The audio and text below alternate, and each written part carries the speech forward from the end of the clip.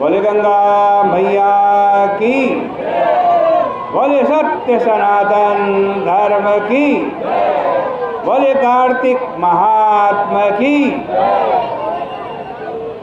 पतित पावनी कलिमल हारिणी मोक्षदायिनी माँ गंगा का ये बड़ा पवित्र तीर्थ हर की पौड़ी ब्रह्मकुंड पर आप विराजमान हैं। कार्तिक का पावन महीना, प्रत्येक दिन कार्तिक महात्मा की चर्चा आपके सामने हो रही है। अभी तक आपने श्रवण किया कि जलंधर ने बड़ा भारी युद्ध किया और युद्ध के बीच में ही शंकर जी का रूप धारण करके जहाँ पार्वती जी थी वहाँ पहुँचे। लेकिन पार्वती जी तो महामाया है, महामाया के आगे किसकी माया चल सकती है। जैसे ही पार्वती जी के पास पहुँचा, जलंधर ने जो रूप धारण कर रखा था शंकर जी का, वो रूप तो च्युत हो गया, हट गया, अपने असली रूप में आ गया। और जब असली रूप में आया तो पार्वती जी वहाँ से चली गई और जलंधर फिर युद्ध में चला। पार्वती जी ने नारायण भगवान को, विष्णु भगवान को स्मरण किया और विष्णु भगवान को सब कुछ बतलाया। विष्णु भगवान ने कहा, जो रास्ता हमारे को जलंधर ने दिखाया है हम भी उसी रास्ते पर चलेंगे, क्योंकि जलंधर अभी तक जो जीवित है, जलंधर की जो मृत्यु नहीं हो रही है, उसका एक ही कारण है, वो है उसकी पत्नी वृंदा। वृंदा के पातिव्रत्य धर्म के कारण जलंधर नहीं मारा जा रहा। इसलिए हम जलंधर के गांव में जाएंगे और वृंदा का पातिव्रत्य धर्म छुड़वाएंगे, तभी जलंधर की मृत्यु हो सकती है।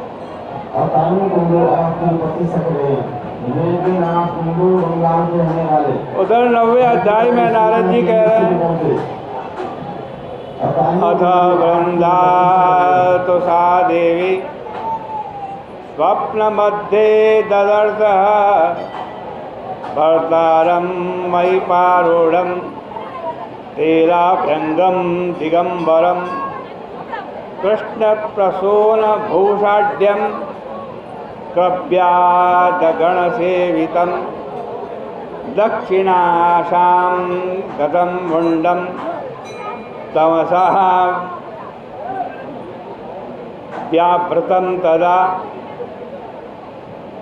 नारद जी कह रहे हैं, उधर वृंदा जो है वो अपने घर में सो रही थी और सोते सोते उसने स्वप्न में देखा, क्या देखा कि उसका पति जलंधर शरीर में तेल लगाए हुए, नग्न हुए हुए, भैंस के ऊपर सवार है, काले फूलों की माला उसने पहन रखी है। आज कहते हैं प्रेतों के साथ दक्षिण दिशा को जा रहा है, मूंड मुंडाई में है, अंधेरे में पड़ा देखा। और ये भी देखा उसका पूरा गांव समुद्र में डूब गया। ऐसे देखकर उसकी तुरंत आंख खुल गई, जाग करके विचार करने लगी। जागने के बाद आज उसने सूर्य की तरफ देखा तो सूर्य के अंदर छेद दिखाई दिया वृंदा को।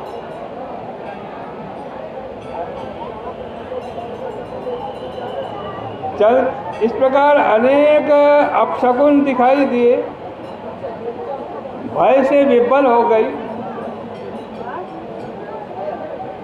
वृंदा गौशाला, अटारी, बगीचा सब जगह गई, उसको कहीं भी सुख नहीं मिला।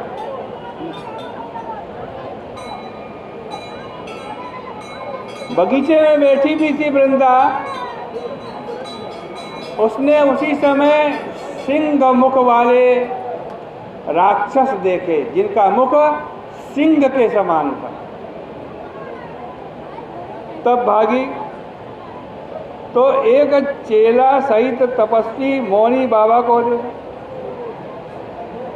फिर डर से, हे मुने मेरी रक्षा करो, ऐसा बोलकर के वृंदा उस मुनि से चिपट गई।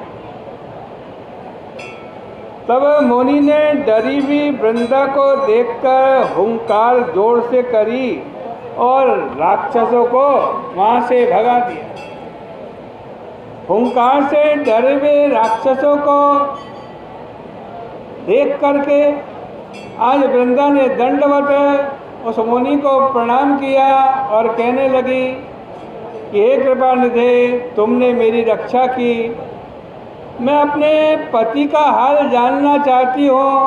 वो युद्ध में गए थे, जलंधर नाम के मेरे स्वामी हैं, शंकर जी के साथ युद्ध करने गए हुए हैं।